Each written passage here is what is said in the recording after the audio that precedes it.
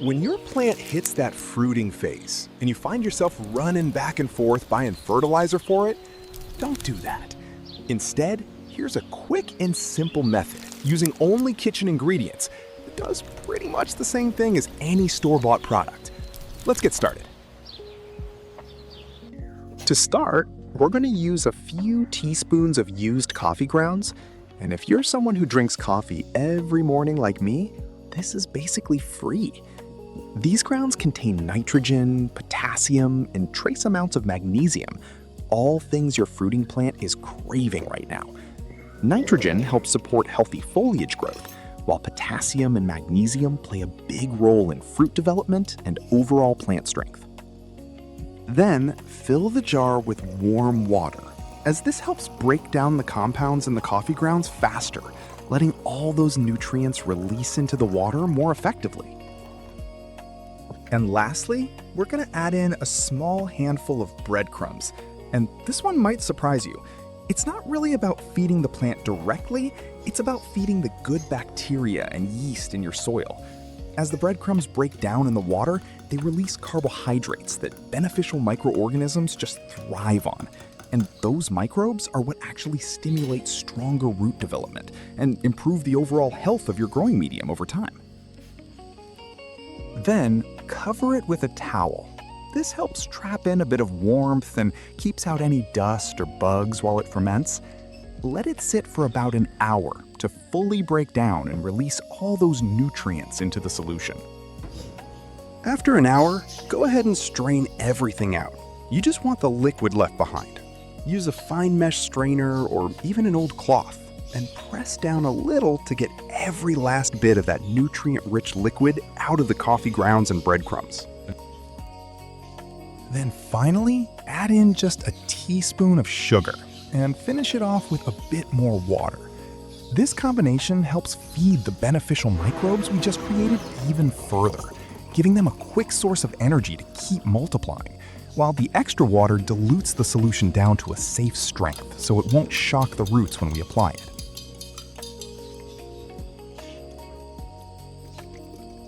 With the solution ready, we're going to split it into two. A portion goes into the spray bottle, and the rest goes into the watering can. Each one has its own purpose here. The spray bottle is for the leaves. A fine mist lets the plant absorb some of those nutrients directly through the foliage, and it also helps clean off any dust sitting on the surface, letting the leaves breathe and photosynthesize better. The watering can, on the other hand, goes straight to the roots. That's where the real feeding happens, since the roots are what actually drive fruit and flower production.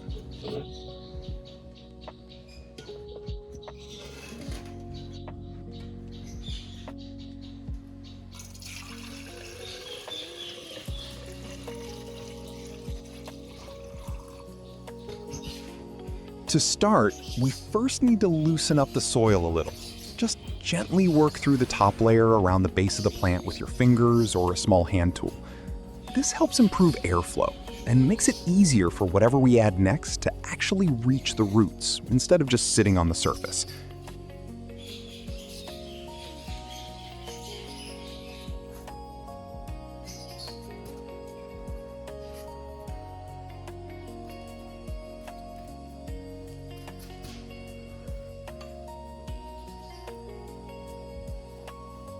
Once that's loosened, go ahead and add a light sprinkle of the used coffee grounds directly onto the soil.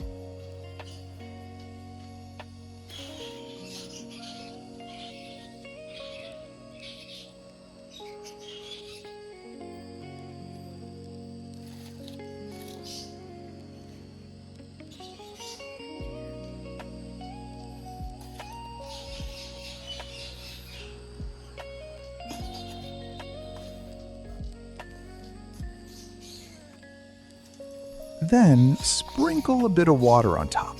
This helps work the coffee grounds down into the soil and kickstarts the breakdown process, so those nutrients start releasing right where the roots can reach them.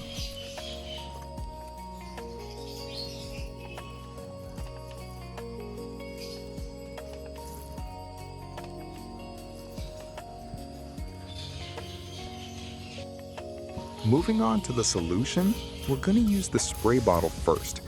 Give the leaves an even mist, making sure to cover both the top and the underside. That's where the plant actually absorbs most of what we're feeding it. Work your way around the whole plant. Don't just spray the front and call it done. Get into the little gaps between the leaves and stems too. That's usually where people miss the most.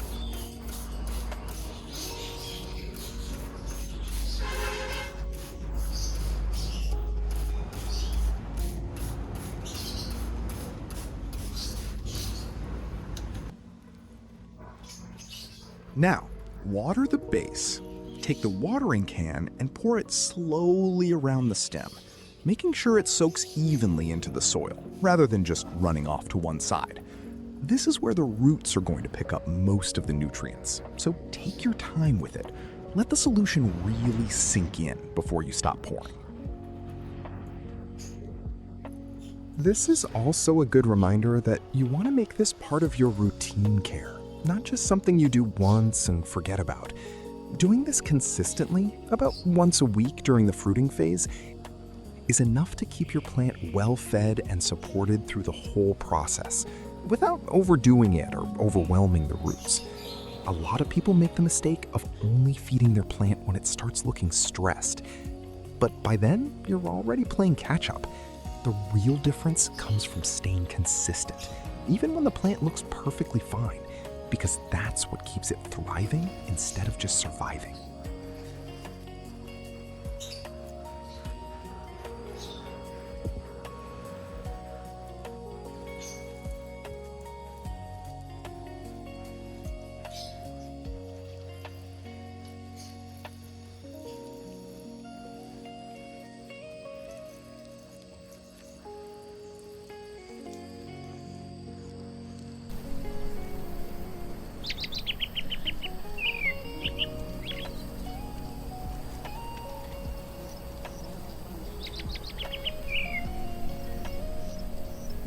After 4 weeks, you can really see the difference for yourself. The stems are thick and sturdy, standing upright on their own without needing any extra support. The leaves are a deep, rich green, full and glossy, with no yellowing, no curling at the edges, no sign of stress anywhere on the plant. And if you look closely at the peppers themselves, they're firm, evenly shaped, and have that glossy shine that tells you they're developing exactly the way they should. Some of them have already grown noticeably bigger compared to where they started.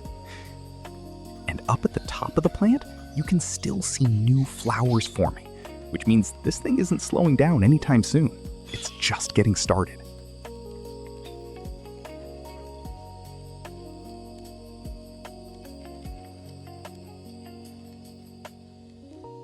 And there you have it. A simple, kitchen-based routine that keeps your fruiting plants fed, healthy, and producing without ever having to run back and forth buying fertilizer again. If you try this out, let me know how your plant responds in the comments. I'd love to hear about it. And if this helped you out, a like and a subscribe genuinely helps this channel keep growing. I'll see you in the next one.